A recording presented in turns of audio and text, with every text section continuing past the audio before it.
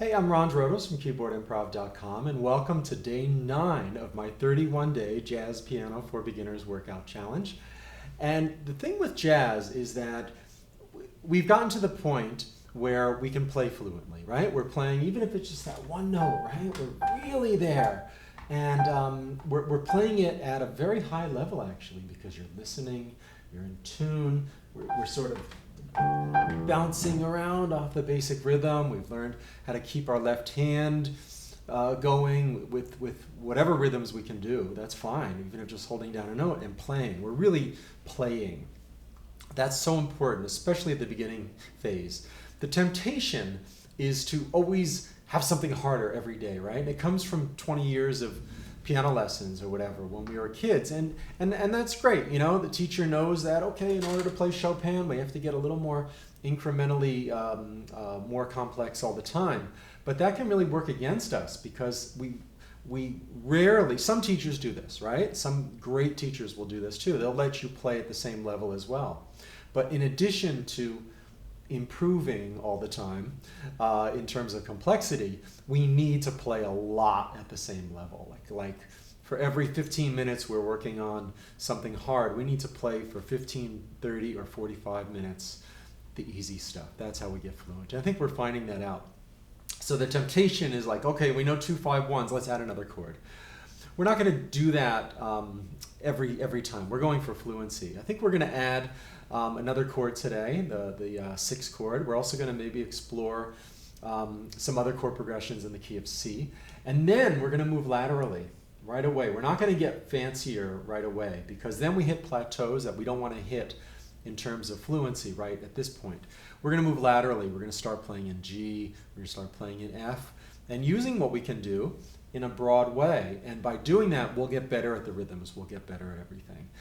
You know, I used to play this concert series at Carnegie Hall. It was every year with the New York Pops. It was a big benefit concert for a charity, and I got to be center stage, and it was really great. Do all these Broadway arrangements for the composers themselves. I arranged songs from Chicago, like all that jazz, for the composers themselves. You know, and I'm right there on stage as they're getting presented this award and everything.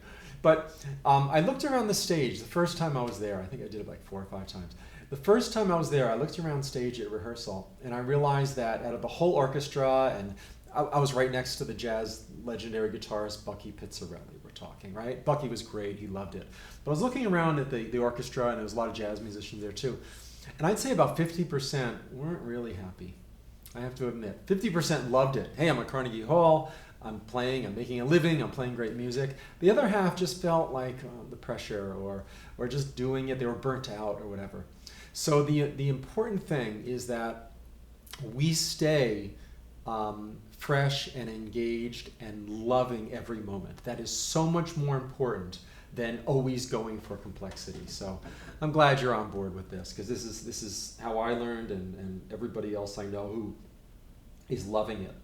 So what we're going to do is let's start with some of those rhythm games we did yesterday, and I set it for 20 minutes. So we're going to clap on 2 and 4, or tap or snap or whatever, just on 2 and 4, and just feel it. So 1, 2, 3, 4, 1.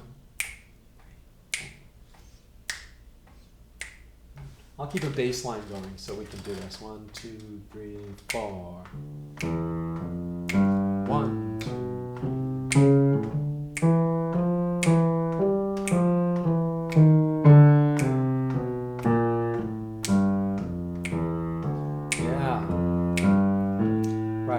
Now we're going to say ta on some of the different parts of the beat. And this, if you don't get this right away, it's okay, because it's the first time. By trying it, it will make it easier in the future. But you might get this too, depending on what level you're at. So just have fun. So this is how drummers practice. They do things on every little part of the beat. So we're going to say ta on beat 1. So it'll sound like this. Ta, ta, ta. Here we go. Ta. Ta, so that's on beat 1. Ta, 2, 3, 4. Ta, ta, ta, ta, ta, ta. Okay, now we're going to do the ta on beat 2. 1, 2, 3, 4, ta. I did 1, 2, 3, 4, ta, ta. 1, 2, 3, ta, ta, ta, ta, ta, ta, ta, ta, ta, ta. Yeah, try to keep a 12-bar blues going while I'm doing that. See, I'm challenging myself too, so it's okay. And I don't care if I make a mistake. I'll just keep going. Now we're going to try it on beat 3. 1, 2, 1, 2, 3, 4. Ta, ta, ta, ta. Ooh, ta. All right, let me do it again. 1, 2, 3, 4. Ta, ta. Ta, ta, ta, ta,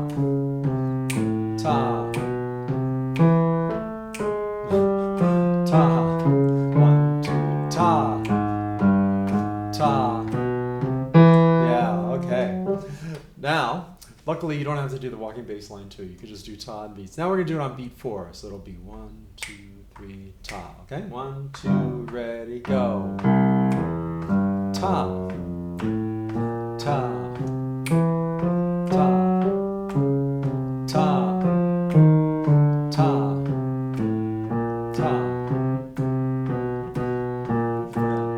ta,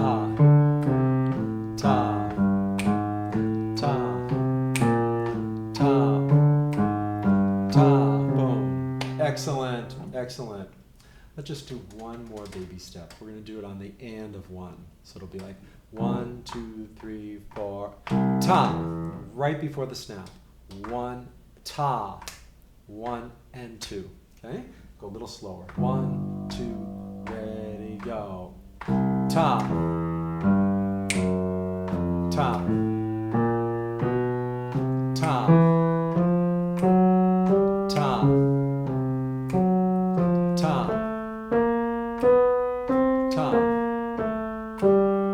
Ta, ta, ta, ta. Oops, no, ta. Don't follow me. Ta, ta. 3, 4, 1. Ta. Good, excellent. Yeah, that's the beginning. That's how drummers practice. That's why they have such good rhythm. They really focus on the rhythm. Okay, so let's sort of forget about the 2-5-1 now, because we don't want to live in a box. Even if it's a common box that's used a lot. We don't want to live in a box. So let's just go between a C major 7 chord and the 4 chord, F major 7. C, E, G, B, F, A, C, E. Okay? And I love this progression on like a Bossa Nova. So it'll be like a...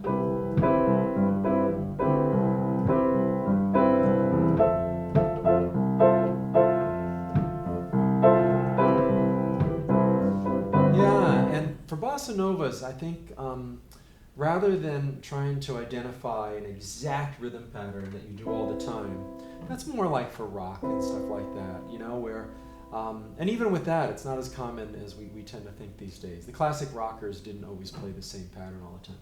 They varied from measure to measure. Just, it's a lot of upbeats, bum, bum, bum. They're just sort of lightly floating and dancing over the beat. Just try lots of different things. You'll find things that you like and that sound good. Then you can copy some of the stuff I do. 1, 2, with the right hand. 1, 2, 3, 4. Now F major 7.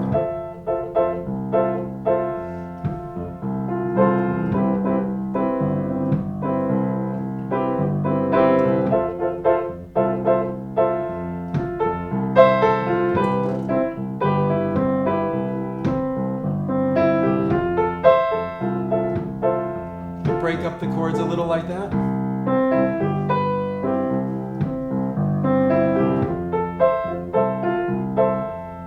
See, real life. You just go to a jam session, you hear what they're doing, use your intuition, you can do this. We don't need necessarily always to start in a little box. All right, if you want, you can take the top two notes of the C major 7, G and B, and just move them down one step to F and A, white notes. So you have a second inversion F chord, F major 7. So it's C, E, F, A. There's the C major 7. Bottom two notes stay the same. Or you can move up. I don't think it's a mistake to ever stay with root position chords for a long time. I think I did for a year. Mainly played root position chords. The grounding and fundamentals you get are so strong, you will go much farther, right? If you want to kick a soccer ball, you don't just stand there and kick it. If you can, you take a few steps back and then run. This is the running start we'll get. You can kick it farther that way, right? So now try with your left hand. 1, 2, 1, 2, 3, 4.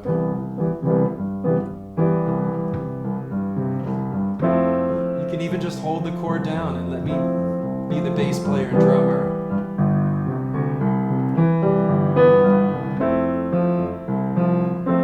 Keep doing that.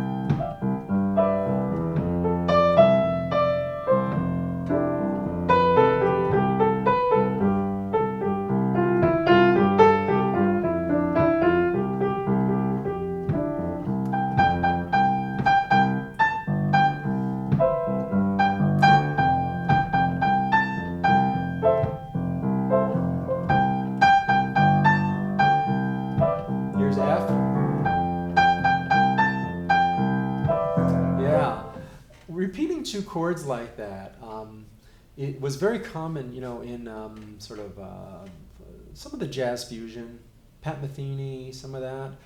It's really beautiful, and it gives us a good entry point too. So we're not thinking so much at every moment. You want to think, but you don't want to overload yourself with complexity. So. Why don't you just improvise with your right hand first? Don't even worry about the left hand. I'll do all the accompaniment, and then we'll add the left hand back in. 1, 2, 1, 2, 3, 4.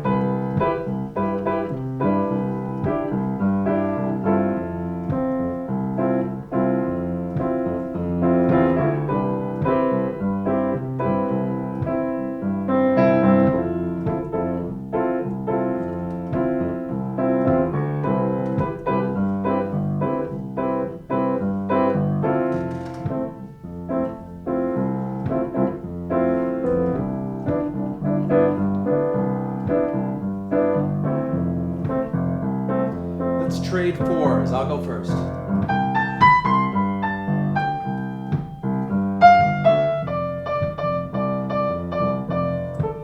turn.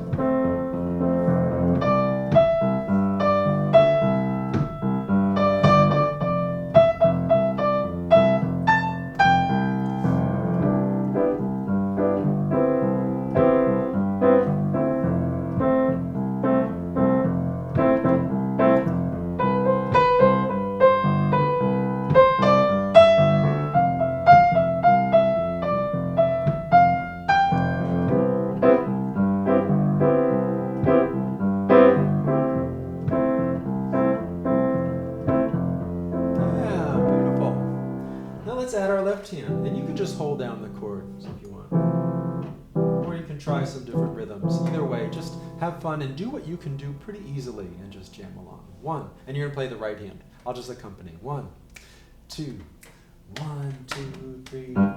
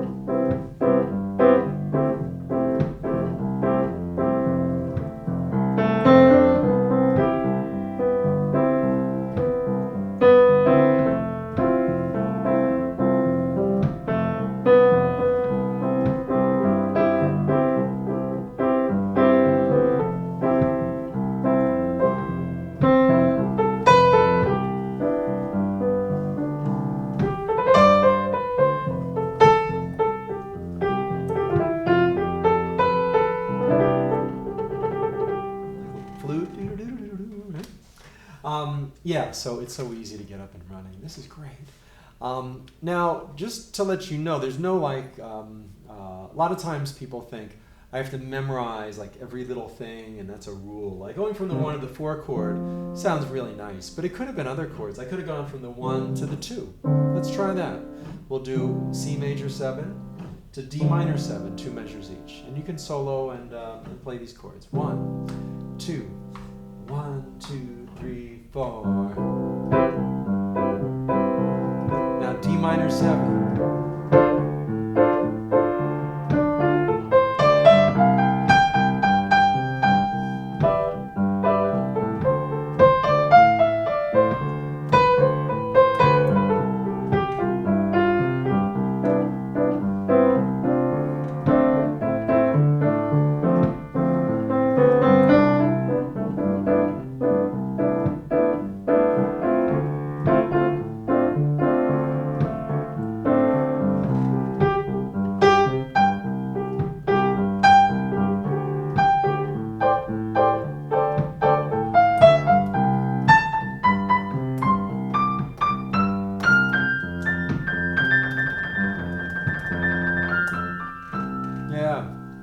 Experimenting and seeing what you like to, and then you'll recognize things when you learn more tunes. You'll recognize some common patterns and then some uncommon patterns too.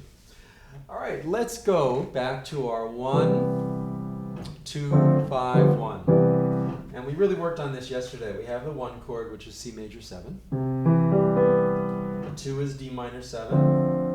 And for the 5, G7, because it's the 5th note in the major scale. We can either go root position, or if we're on D minor 7, we can just take the top 2 notes, the A and the C, and move them down 1 note.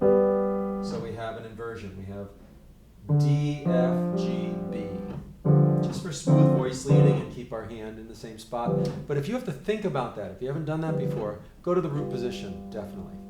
So we're going to add 1 more chord to this, and this is a very common chord progression. We're going to go from C down to A minor. Now that might be a little muddier than I would normally play it down there, but we're going to do it for now, root position. If you want, you can play an inversion, but I'd rather you get to know the root position. So let's try C major 7.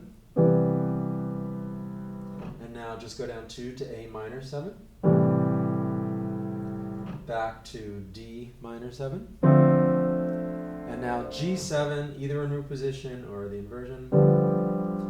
End up in a circle. So this is what we were talking about functional harmony the other day. We're on C and we kind of go to A minor, which is not circle of fourths or anything. But now we jump on that conveyor belt, which is the circle of fourths. And from A we go up to D, G, C. So as soon as we get to A, we're going to move around the circle of fourths. And that's a very forward motion kind of chord progression. Harmonic journey, if you will, to get us back to home, to 1. And let's do 1 measure each, a slow, let's do a ballad. 1, 2, 3, left hand only, C, 2, 3, now A minor, 1, 2, 3, 4, D minor 7, 2, 3, 4, G, going.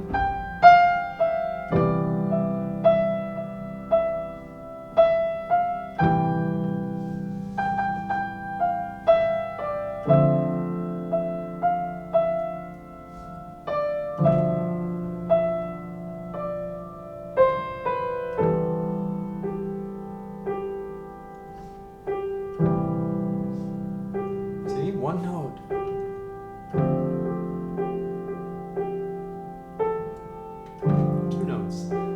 Now with your right hand too. Play both hands.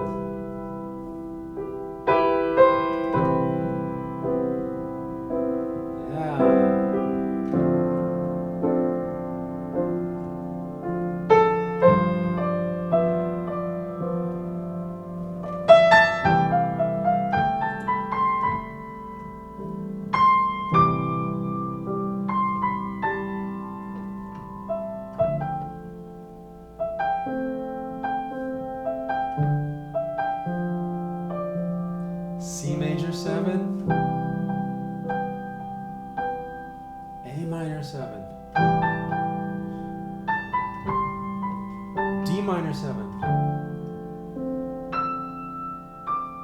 G7,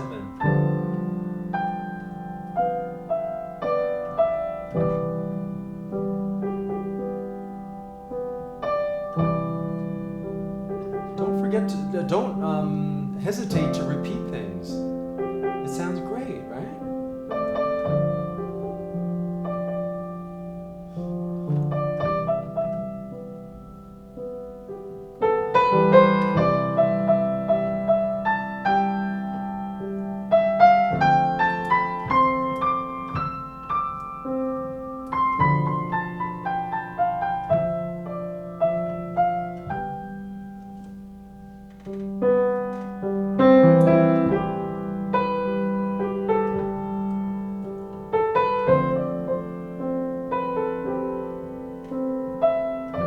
Who needs 9th chords when 7th sounds so good?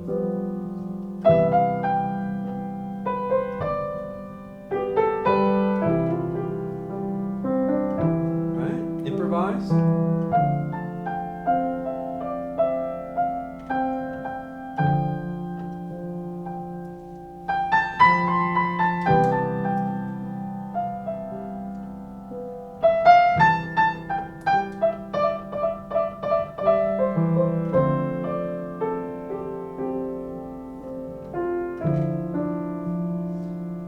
Keep going. I'll just play the chords.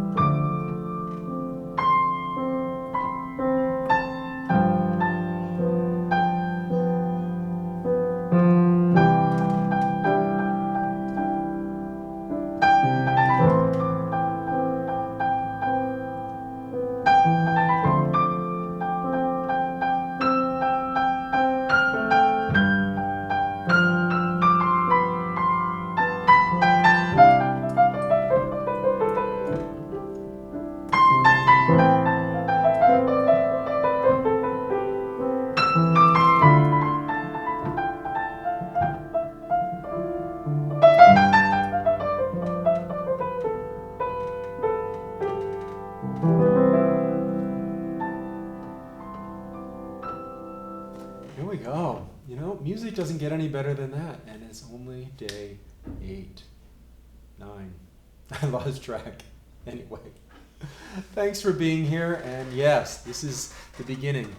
I think my point with the whole story I was telling before about Carnegie Hall and how about half the musicians weren't enjoying themselves is if the more we can enjoy it now, the more we're setting ourselves up for a positive thing in enjoying it at every step later on. If we don't enjoy it now and we think that we're only going to enjoy it when we get, quote, better, we may not enjoy it at that point either. So that's the thing. So thanks for being here. Good luck. And there's some links to click if you're interested, a video you may enjoy. And I'll see you tomorrow.